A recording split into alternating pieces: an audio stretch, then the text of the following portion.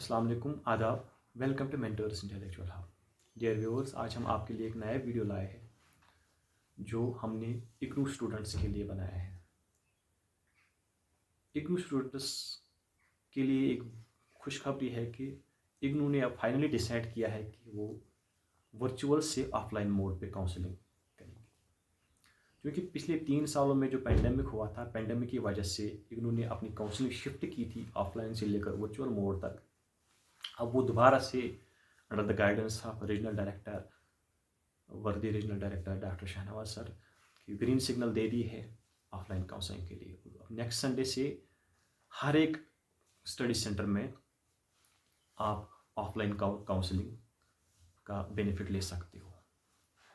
लेकिन ये 3 साल, पिछले 3 साल गुजरे पेंडेमिक की वजह से, जितने भी सारे स्टूडेंट्स इग्नू से निकले उनके जहन में बहुत सारे डाउट्स रहे, वो अभी क्लियर नहीं हुए। लेकिन हम चाहते हैं कि जो नया बैच है, चाहे फर्स्ट ईयर है चाहे सेकंड ईयर है हमारा, उनके जहन में कोई भी डाउट नहीं रहना चाहिए। सबसे पहले जो डाउट रहता है हमारे स्टूडेंट के जहन में कि क्या ये मेरी डिग्री वैलिड है या नहीं है, उसके लिए मैं उनको बता दूं कि आप निश्चित रहिए, यूनिवर्सिटी ग्रांट्स कमीशन ने ऑलरेडी अपने लेटर में ये क्लियर किया है कि जो इग्नू की डिग्री है, it is as good as the degree you get from a regular university. अब इसमें बहुत सारे बेनिफिट्स हैं। डाउट्स क्या है वो पहले मैं क्लियर करूँगा, बेनिफिट्स तो बाद में आपको खुद पता चलेगा जब आप डिग्री कंप्लीट करोगे। सबसे पहला जो डाउट, और एक डाउट रहता है बच्चों के जहन में, क्या काउंसलिंग कैसी होगी, मैं कैसे एग्ज़ाम दूंगा, असाइनमेंट कैसे प्रिपेयर करूँगा, वो सारी चीज़ें आपको इस वीडियो के माध्यम से क्लियर होंगी। तो मेरी रिक्वेस्ट रहेगी बच्चे से, हर एक बच्चे से, कि वो वीडियो पूरा देखें।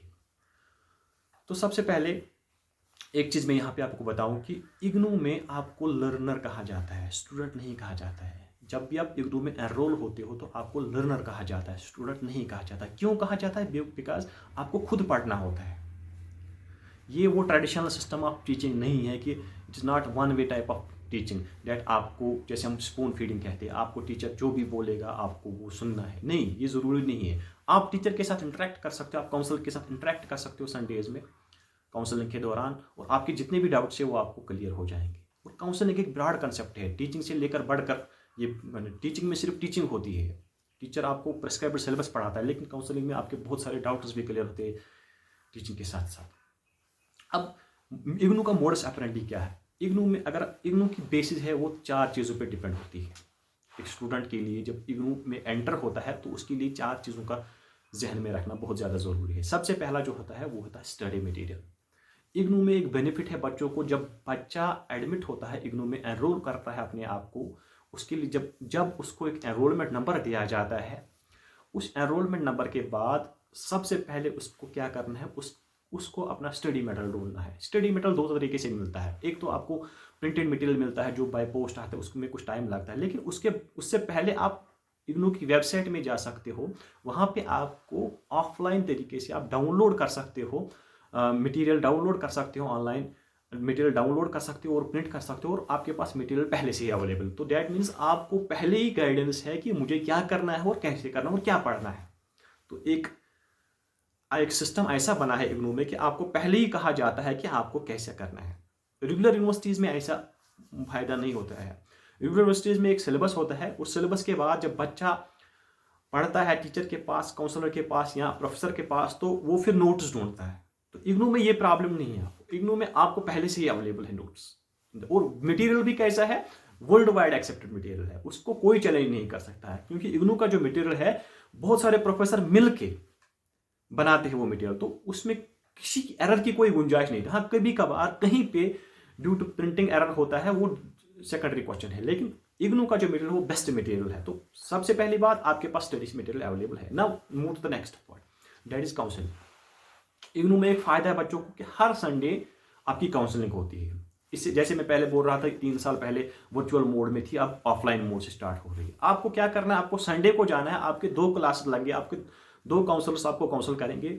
आपके जो पेपर्स दिए जाते हैं, जो स्टडी मटेरियल में आपका जो प्रेस्क्राइब्ड सिलेबस होता है, पीजी कोर्सेज की मैं बात करूं, हर एक कोर्स में तकरीबन 8 क्रेडिट्स होते हैं, और हर एक संडे में आपको 1 क्रेडिट कंप्लीट करना पड़ता है।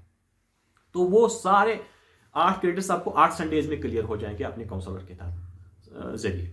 तो आपको क्या करना है, आपको पहले मटेरियल तो पहले आपको अवेलेबल है, आपको 6 दिनों में उस मटेरियल को पहले देखना है, पढ़ना है और देखना है कि कहाँ कहाँ पे गलती हुई, मुझे कहाँ कहाँ पे मुझे समझ नहीं आ रहा, वो चीज़ पॉइंट आउट करके आपको संडे को जाके अपने काउंसलर के साथ वो डिस्कस करना होगा और काउंसलर आपको वो चीज़ क्लियर करेगा, वो डाउट्स क्लियर करेगा। उसके साथ अगर उसको लगे कि आपको और कुछ ज़्यादा ज़रूरत है, एक्स्ट्रा चीज़ों की ज़रूरत पड़ेगी, तो वो एक्स्ट्रा चीज़ भी आपको वो प्रोवाइड कर सकता है। तो बेटर है आप लोगों के पास कि आप संडेज को जाओ, संडेज को अटेंड करो। काउंसलिंग से बहुत ही ज़्यादा इंपॉर्टेंट सेशन है, क्योंकि वो काउंसलिंग सेशन इतना इंपॉर्टेंट है क्योंकि तब जाके आपको पता चला कि आगे जो असाइनमेंट है, टर्म एंड है, वो सिस्टम कैसे चलता है। वो सारा डाउट्स आपको कौन क्लियर कर सकता है, वो काउंसलर आपको कर सकता है क्लियर। कब? संडेज में। जब आप संडेज में अपने स्टडी सेंटर में जाओगे, हर एक स्टडी सेंटर का अपना शेड्यूल होता है, हर एक स्टडी का अपना मोड्स ऑपरेंडी होता है।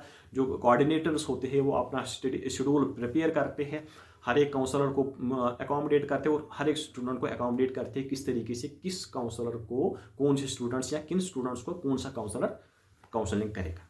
ठीक, अब now let's move to next part, that is assignment part. Assignment का मसला वेटेज 30% है, इंपॉर्टेंट वेटेज है। आपकी जो सारी जो परसेंटेज आखिर में बनेगी डिग्री कंप्लीट करने के बाद, उसमें 30% वेटेज किसकी होती है? असाइनमेंट्स की। और असाइनमेंट्स पहले से ही एक टेम्पलेट बनाया जाता है इग्नू में, वो ऑनलाइन अवेलेबल होता है, तो आप वो पहले से ही डाउनलोड करके वो देख सकते हो कि आपको असाइनमेंट कब सबमिट करनी है। यहाँ पे मैं आपको बताऊं कि इग्नू का जो मोडस ऑपरेंडी है वो साल में 2 साल चलता है, 2 बार चलता है, साल में 2 बार चलता है। जैसे जून सेशन होता है और दिसंबर सेशन होता है। जो जून सेशन के जो बच्चे होते हैं उनका जो असाइनमेंट सबमिट करने का टाइम होता है वो होता है मार्च, ठीक है। और जो दिसंबर के जो स्टूडेंट्स होते हैं उनका असाइनमेंट सबमिट करने का टाइम होता है सितंबर। 30 सितंबर लास्ट डेट होता है और वहाँ पे 31 मार्च लास्ट डेट होता है। तो आपको जब काउंसलिंग स्टार्ट होती है तो आपको पहले ही टेम्पलेट पता है, आपको क्या करना है, आपको टेम्पलेट डाउनलोड करना है, प्रिंट करना है और प्रिंट करके देखना है कि जितने भी सारे इस क्वेश्चन में दिए, असाइनमेंट में यूजुअली 10 क्वेश्चन होते हैं, 10 में से आपको 5 प्रिपेयर करने होते हैं।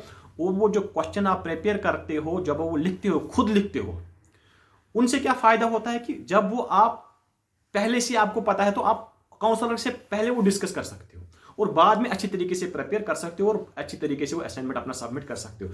लेकिन बहुत सारे एरर्स ऐसे होते हैं, बहुत सारे स्टूडेंट क्या करते हैं, वो रेडीमेड मटेरियल लाते हैं असाइनमेंट के लिए। वो अच्छी बात नहीं है। क्यों अच्छी बात नहीं? क्योंकि जो असाइनमेंट पार्ट है वो बहुत ही ज़्यादा इंपॉर्टेंट पार्ट है। टर्म एंड में भी बहुत सारे क्वेश्चन उसके मुताबिक पूछे जाते हैं। जैसे फॉर एग्जाम्पल अगर मैं एमएसओ की बात करूँ, एमएसओ में आपको एमएसओ 001 पेपर होता है sociology, thought, theories and concepts. उसमें जो 10 क्वेश्चन दिए जाते हैं असाइनमेंट में, उसके 2-3 क्वेश्चन एग्जाम में भी पूछे जाते हैं। तो बेटर है अगर आपने पहले से असाइनमेंट उस तरीके से प्रिपेयर किया तो आपकी प्रिपरेशन हो गई टर्म के लिए।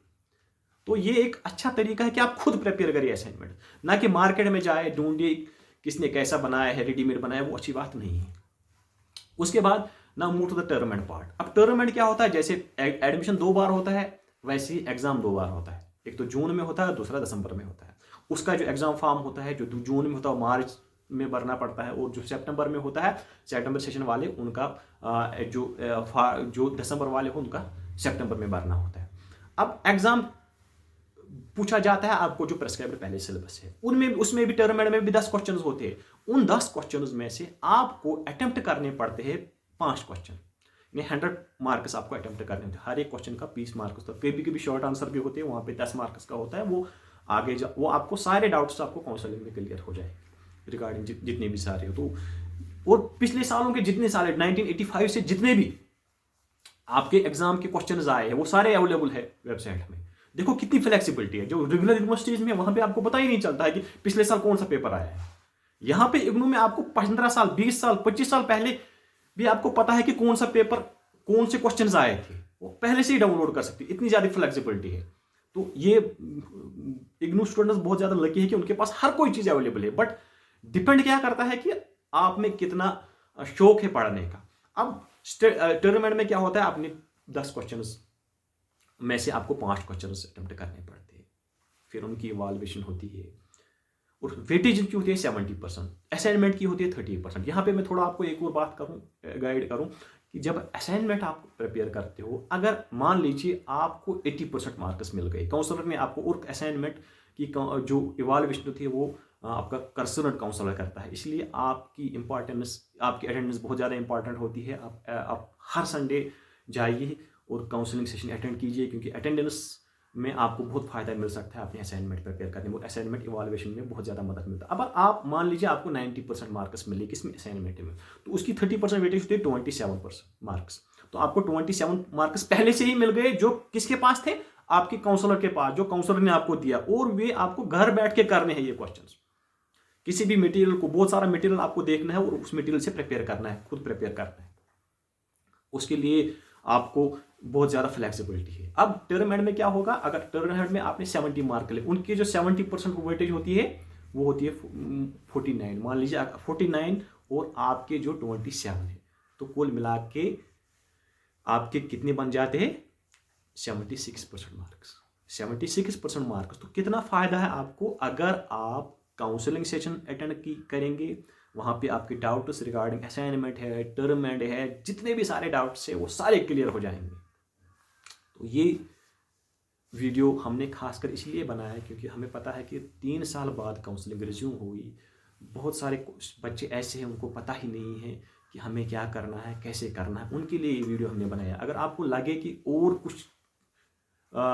कुछ डाउट्स आपके जहन में रह गए, आप हमारे कमेंट सेक्शन में आके हमें बता सकते हैं। और वन मोर थिंग, एक और खुशखबरी मैं देना चाहता हूँ अपने स्टूडेंट्स के लिए। जो मेंटर्स इंटेलेक्चुअल हब है, हमने डिसाइड किया है कि हम जितने भी सारे लेक्चर्स, जितने भी सारे क्रेडिट्स है, हम आपको वो ऑनलाइन भी हम आपको वो पढ़ाएंगे। तो आप हमारे साथ बने रहिए। Thank you very much.